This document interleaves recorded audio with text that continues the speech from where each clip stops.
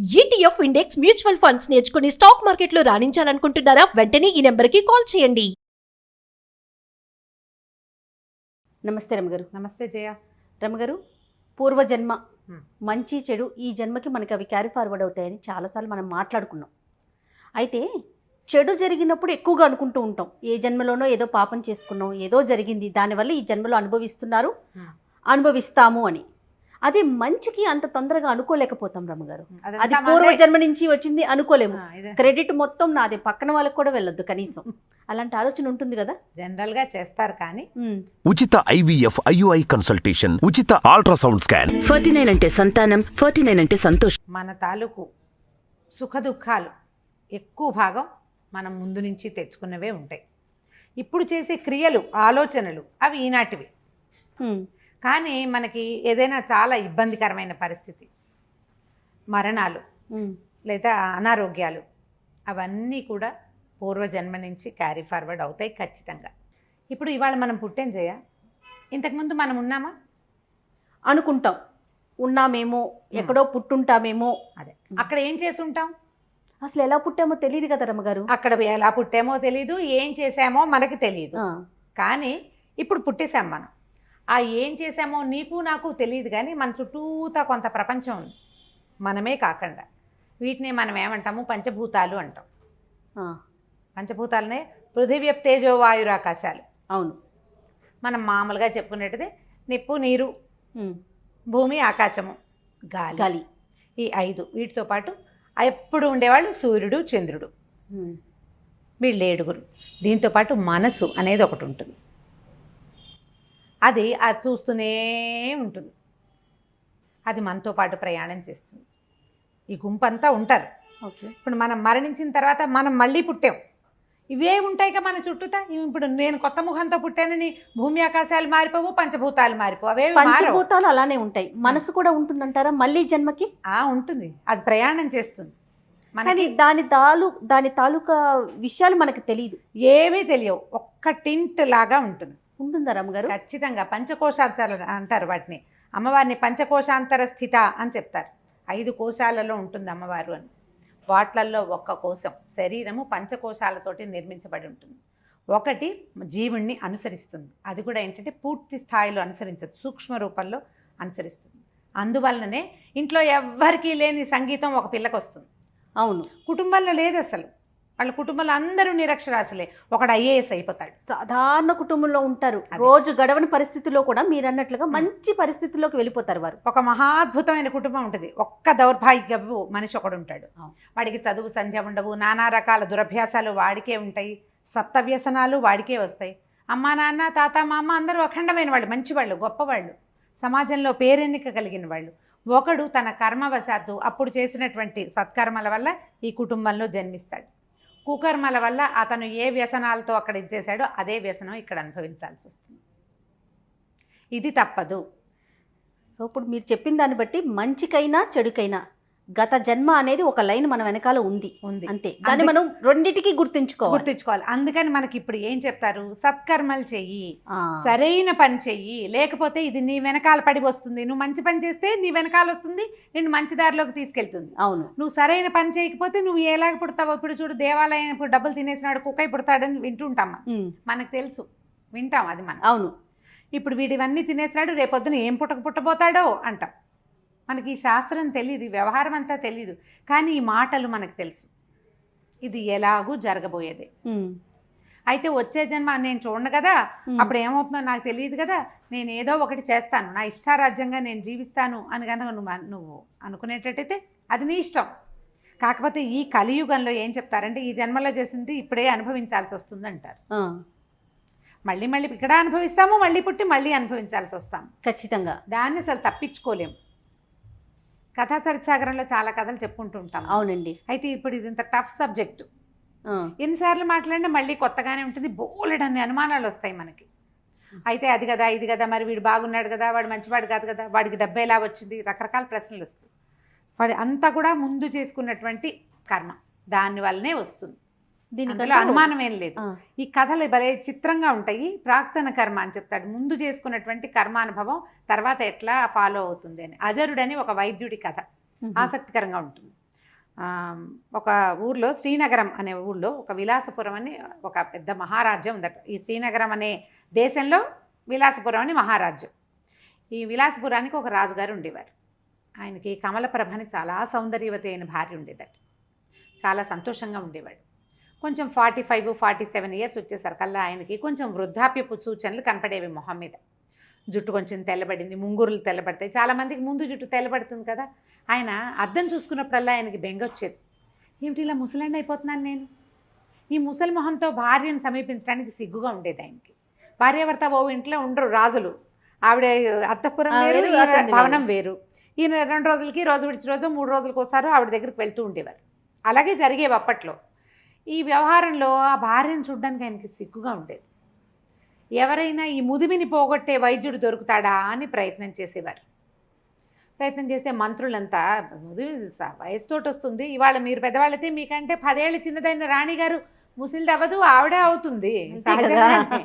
అయినా కూడా ఈయనకి కొంచెం దిగులుగా ఉండేది, ఎప్పుడు అద్దం చూసుకుంటూ ఉండేవారు. అయితే ఏమైందంటే రాజుగారికి ఇలాంటి ఉద్దేశాలు ఉన్నాయని తెలుసుకుని అజరుడు అనేటువంటి ఒక డాక్టర్, ఒక వైద్యుడు, భిషగ్వరుడు అని రాస్తారు, ఆయన ఏమన్నాడంటే మీ ముదివిని పోగొట్టేస్తాను నేను అన్నాడు.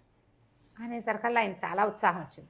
ఏం చేయమంటావు చెప్పు, ఏం కావాలి, దీనికి పులిపాలు కావాలా, సింహం పాలు కావాలా, ఏనుగు దంతం కావాలా అన్నీ అడిగాడు. ఆయన అన్నాడు ఏం అక్కర్లేదు, మీరు ఒక 6 నెలలు భూగృహంలో ఉండాలి ఏకాంతంగా, నేను ఒక్కడే చూస్తాను మిమ్మల్ని, నేనే మీకు వైద్యం చేస్తానన్నాడు. అవన్నీ ఎక్కడ కుదురుతాయి అలా రాజు ఒప్పుకున్నాడు, ఎగిరి గంతేసి ఒప్పుకున్నాడు. మంత్రులంతా అన్నారు ఎందుకు వచ్చిందండి, అది చాలా కష్టము, పైగా ఈ 6 నెలలు ఏకాంతంగా ఉంటూ పడి ఏం చేస్తాడో మాకు నమ్మకం లేదంటే ఆయన ఒప్పుకోలే. భార్యకి చెప్పాడు, సైన్యాధిపతులకి, వారికి వీరికి అందరికీ చెప్పాడు, నేను యవ్వనవంతున్నై తిరిగి వస్తాను, 6 నెలల పాటు రాజ్యాన్ని బాగా చూడండి అన్నాడు. ఈ అజరుడు ఏం చేశాడు, ఈయనకి ఒక పెద్ద పాతాళ గృహం నిర్మింపజేశాడు, తన దగ్గరే ఉన్నాడు. ఈ పెద్ద రాజభవనం కింద అడుగున సెల్లార్ లాంటిది లోపలికి నిర్మించి రాజుగారు ఒక్కడే ఉంటాడు. ఒక్క సేవకుడితోటి మంచి ఈయన వస్తాడనమాట, రాజవైద్యుడు ఒక సేవకుడు తీసుకుని రోజు వచ్చి ఆయనకి ఏవో మందులు రాసి మొహానికి పూసి ఫేస్ ప్యాక్లు అవి వేసి చేస్తాడు. ఆయన ఒక్కడే వస్తున్నాడు. 2 నెలలు గడిచినాయి. రాజుగారు అద్దం చూసుకుని ఇంకా ముసలి మొహం పడి, ఇప్పుడు ఏమైంది ఆయనకి, ఏకాంతము, ఒంటరిగా ఉండటము, రాజ్యం ఏమైపోతుందో అని దిగులు, తొందరగా యంగ్నెస్ వస్తుందో రాదో అన్న బెంగ, వీటితో పాటు రోజు రోజుకి పెరిగే వయసు ఒక పెరుగుతుందిగా. 2 నెలలు పెరిగితే 2 నెలలు పెరిగినట్టే. ఈయన ఇంకా తగ్గట్లేదు, ఇంకా ఇదైపోతున్నాను అదైపోతున్నాను అంటే ఏమీ లేదు, త్వరలో వస్తుంది, అలా వస్తుంది, ఇలా వస్తుంది అని చెప్పేవాడు. ఈ 2 నెలల్లో ఈ అజరుడు ఏం చేశాడంటే రాజుగారంతా ఎత్తు పొడుగు ఉండి కాస్త అటు ఇటుగా మొహకవళికలు రాజుగారిలాగా ఉన్నవాడి కోసం వేటాడాడు రాజ్యం అంతా. 3 నెలలు తిరిగేసరికి ఒకడు దొరికాడు. రాజంతే ఎత్తు పొడుగు, అంతే మనిషి, అంతే లావు, తర్వాత మొహం అది దాదాపుగా అలాగే ఉంది షేపు. రాజుకి 48-49 సంవత్సరాలు వచ్చినాయి, వీడు ఒక 25 ఏళ్ళవాడు, బిగువుగా ఉంటుంది స్కిన్ అది కదా. సరే ఏం చేశాడు, 3 నెలలు తిరగగానే రాజుగారిని సంహరించి సముద్రంలోకి తోసేశాడు. ఆ ప్లేస్లోకి తను ఏ కుర్రవాడిని అయితే రాజు లాగా ఉన్నవాడిని పట్టుకున్నాడో వాడిని ప్రవేశపెట్టాడు. వాడికి ఏం చెప్పాడంటే నువ్వు రాజు అవుతావు, హాయిగా మహారాణి కమలప్రభతోటి జీవితాన్ని గడుపుతావు, ఈ రాజ్యమంతా నీది, నేను చెప్పినట్టు చెయ్యి చాలు అని చెప్పి అతన్ని లోపల ఉంచి రోజు ఒక మంత్రిని, ఒక సైన్యాధిపతిని, ఒక్కొక్కరిని, రాజుగారిలో మార్పు వచ్చింది, ఆయన కుర్రవాడిగా తయారయ్యాడు రండి అని తీసుకొచ్చేవాడు. మెల్లిగా ఈ మంత్రులు వాళ్ళ ఆనుపానులు, వాళ్ళ వ్యవహారాలు, మధ్యలో మహారాణి కమలప్రభ ఆవిడ తాలూకు చెలికత్తెలు ఒక్కొక్కళ్ళు అలవాటయ్యారు. రాజుగారిని ముట్టుకోకూడదు, బాగా వెళ్తురున్న చోట కూర్చోబెడితే ఆయనకి మొహం పాడవుతుంది, అలాంటివి చెప్పి వాళ్ళు డైరెక్ట్గా ఆయన్ని చూడనివ్వకుండా చేసాడు. 3 నెలలు గడిచేసరికల్లా ఈ జనం అందరికీ ఈ కొత్త రాజుగారు యంగ్గా అయిపోయిన, ఇప్పుడు మనమే ఒక 15 సంవత్సరాల తర్వాత, ఇప్పుడు ఉన్న మొహం 15 ఏళ్ల తర్వాత నా మొహాన్ని నేను చూసుకుంటే మనం గుర్తుపట్టలేము. అవును, గుర్తుపట్టలేకపోతాం. ఎందుకంటే చెంపలు అవి టైట్గా ఉంటాయి. 20 ఏళ్ళు 25 ఏళ్ల వయసు వేరు, 50 వచ్చేసరికల్లా డిఫరెన్స్ వచ్చేస్తుంది. ఆ ఫోటో ఈ ఫోటో దగ్గర పెట్టుకుంటే పోలిక ఒకలా ఉంటుంది, కానీ షేప్స్ మారిపోతాయి. ఎవరో అట్లా అలాగే ఉండేవాళ్ళు. ఎవరో అమృతం తాగిన వాళ్ళు ఎవరుంటారు, ఎంతో కొంత మార్పులు వచ్చేస్తాయి కదా. హెయిర్ లైన్ దగ్గర నుంచి మారిపోతుంది, జుట్టు ఊడిపోతుంది, పెరిగిపోతుంది, పక్క వెళ్ళిపోతుంది, పాపిడి పెద్దది అయిపోతుంది. చాలా ఎందుకు రమ్మగారు మనకి కిందటి సంవత్సరం చేసిన వీడియోలు ఇప్పుడు ఒకసారి చూడండి ఎంత మార్పు కనిపించేస్తుందో. అవును. సహజం కదండి. సహజం కదా, అది అంతే. సరే ఏమైంది, 6 నెలలు తిరిగిపోయినాయి, కొత్త రాజుగారిని ప్రవేశపెట్టాడు.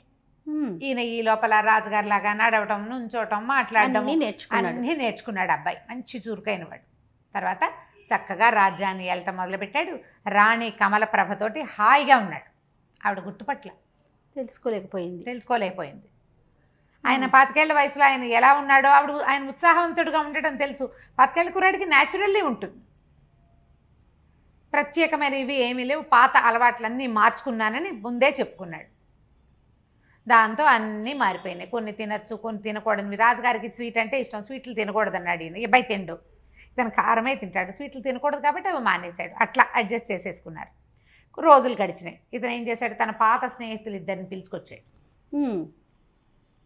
ఆ ఇద్దరు స్నేహితులకి చక్కగా 2 గ్రామ 4-5 గ్రామాలు అవి ఇచ్చి వాళ్ళని కూడా తనతో సమానంగా చేసి వాళ్ళని తన పక్కన పెట్టుకున్నాడు. ఈ అజరుణ్ణి మాత్రం వీడు మోసగాడు,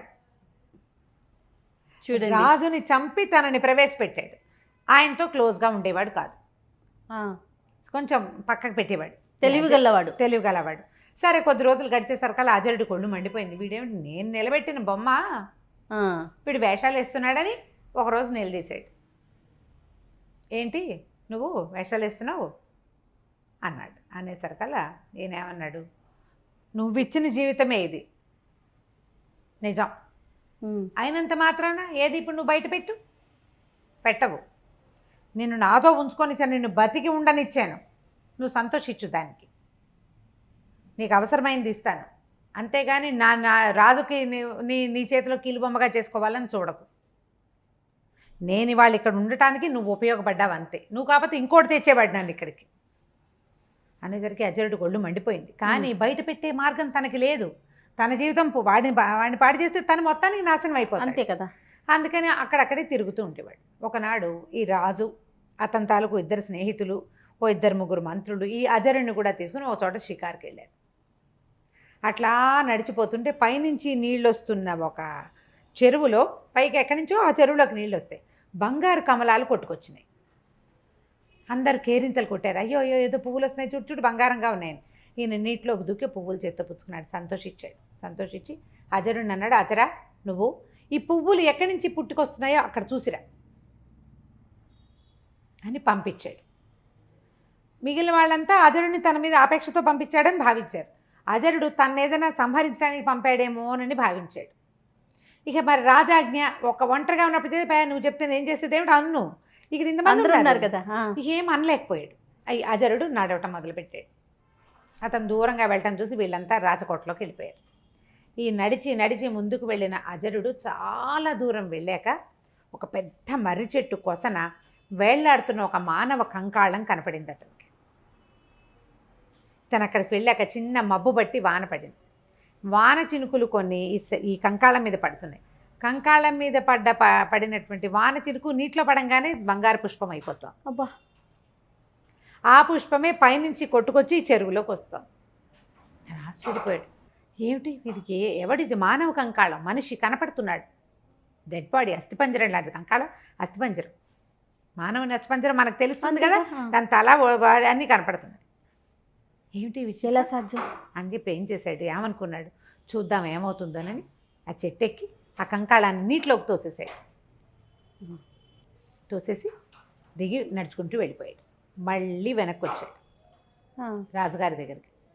ఆయన అడిగాడు, రాజు అజరా కంకాళం కనపడిందా? కనపడింది అన్నాడు. చాలా చిత్రమైన చోటు కాదు అది అన్నాడు. చాలా చిత్రంగా ఉంది, ఏమిటో ఆ ఆశ్చర్యానికి కారణం తెలియదు. నేను కంకాళం పడేస్తే ఏదైనా జరుగుతుందేమో అనుకున్నా, కానీ ఏమీ జరగలేదు. ముందు మాత్రం నేను చూశాను, దాని మీద నుంచి పడినటువంటి నీటి బిందువులన్నీ బంగారు పువ్వులు అయిపోయినాయి. అవి కొట్టుకొస్తున్నాయి, ఎటు పడితే అటు కొట్టుకెళ్ళిపోతున్నాయి, ఒకటి మన ఊళ్ళోకి వస్తుంది అనేసరికల్ ఇతను చెప్పాడు, ఆ కంకాళం నాదే, నా పూర్వ జన్మ అది. రాజభోగాలు ఆశించి విపరీతంగా తపస్సు చేశాను.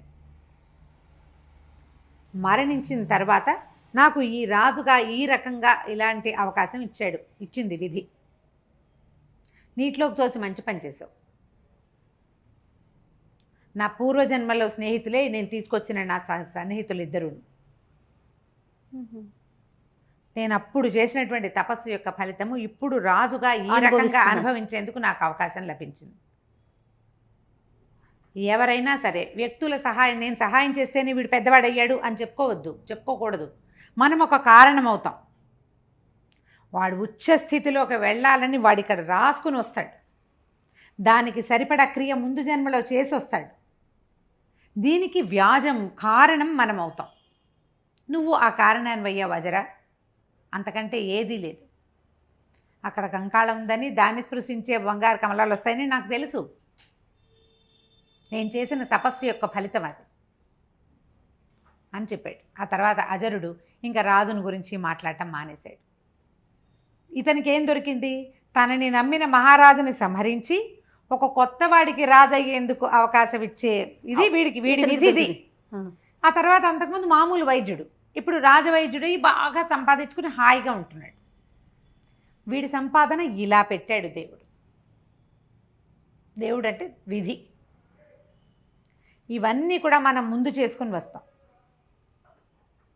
అందుకు ఇప్పుడు సరి అయిన క్రియ చేయి. ఈ జీవితంలో మనకి ఏం చెప్పబడిందో, మనం ఏ ధర్మాన్ని అనుసరించాలని మన పూర్వులు పెద్దవాళ్ళు, మన ధర్మం ఏది మనకి బోధించిందో అది చెయ్యి. ధర్మేతర కార్యాన్ని చేయొద్దు. ధర్మానికి అమెండ్మెంట్స్ చాలా ఉంటాయి. ఆ అమెండ్మెంట్ తెలుసుకో. నువ్వు ఇది చేయలేకపోతే దానికి తగింది చెయ్యి. అబద్ధం చెప్పద్దు. నువ్వు అబద్ధమే చెప్పాల్సి వస్తుంది. అప్పుడు మౌనంగా ఉండు. అదేదో పూజ చేయాలి, రోజు నిత్యము ఆరాధన చేయాలి. నువ్వు చేయలేవు. పొద్దున్న లేచి సూర్యుడికి దండం పెట్టు ప్రతిరోజు. చిన్న మార్పులు చేసుకోమంటున్నారు, అంతేనండి? అంతే. ధర్మాచరణ ముఖ్యము. నువ్వు సరి అయిన క్రియ చేస్తే నీ తర్వాత జీవితం కూడా సరి అయినదిగా పరిణమించేందుకు అవకాశం ఉంది. నేను కథ చెప్పాను, కానీ మనకి వేమన పద్యాలతో సహా ప్రతిదీ ఇదే చెప్తుంది. అంతే. మనం ఎట్లా మధ్య దొండగింజ పెట్టాం, దొండ మొక్క పెట్టాం, దొండకాయలు కాస్తుంది. చేతి దొండ పెట్టావనుకో ఏం కాయ కాస్తుంది? కూర వండుకోగలమా మనం? చేతి దొండే కదా వస్తుంది. అంతే కదా. సరి అయిన విత్తనాన్ని నాటితే సరి అయిన చెట్టు మన విత్తనంలో ఉంది. మనం అది సరి అయిన క్రియ చేయాలి. కుక్రియలు కుకర్మలకి వెళ్ళొద్దు. నేనే గొప్ప, వారు కొంచెం ఒక మంచి పరిస్థితిలో ఉండటానికి దానికి నేనే కారణం అని భుజాలు ఎగరేయద్దు. భుజాలు ఎగరేయటం కూడా అనవసరమే. ఎందుకంటే వాడు అక్కడ ఉండాలని వాడు రాసుకొచ్చుకున్నాడు. నువ్వు దానికి కారణమయ్యావు. అంతే. కరెక్టే. ఆ మనిషికి కృతజ్ఞత భావం ఉండాలి కదా రమ్మగారు. వాడి కర్మానుభవాన్ని బట్టి వాడికి ఉంటుంది. అప్పుడు మళ్ళీ జన్మలో అతను అనుభవిస్తాడుగా. వాడి కృతజ్ఞత ఉందనుకో, వాడికి సుకర్మ చేసినట్టు. లేదు, ఇదంతా నాదే క్రెడిట్, నా గొప్పతనంతో నా పూర్వ జన్మతోనే నేను ఈ పరిస్థితిలో ఉన్నాననే భావన ఉందనుకోండి, ఇప్పుడు వాళ్ళు ఖచ్చితంగా మరు జన్మలో వాడు అనుభవించాల్సిందే. అంతే. మన ఆలోచనలు, మన విధానాలు మన తాలూకు భవిష్యత్తుని, మరు జన్మని నిర్దేశిస్తాయి. వాటిని సెటిల్ చేసేవి ఇవే. బహుశా ఇలాంటివి ఉండబట్టే ఈ జన్మలో సక్రమంగా ఉండటానికి ప్రయత్నం అన్నా చెయ్యి అని చెప్తారు. అంతే కదా. అంతే. ఇప్పుడు సరిగ్గా ఉంటే కృతజ్ఞతగా ఉండు, భక్తిగా ఉండు, ధర్మపరత్వంగా ఉండు, సాధ్యమైనంత. సహాయం చేయలేకపోతే పోని బాని, కనీసం అపాయం అవతల వాడికి ఇబ్బంది పెట్టకు. అదైనా చెయ్యి, ఇబ్బంది అయినా పెట్టకుండా ఉండాలి. అందుకనే ఈ కథలు చెప్పుకుంటాం మనం. ఖచ్చితంగా అండి, ఖచ్చితంగా ప్రతి ఒక్కరికి తెలియాల్సిన కథలు ఇలాంటివన్నీ కూడా. అంటే మన జీవితానికి సంబంధించిన విషయాలు కదా రమ్మగారు. అద్భుతం, చాలా బాగుందండి. నమస్తే రమ్మగారు. నమస్తే.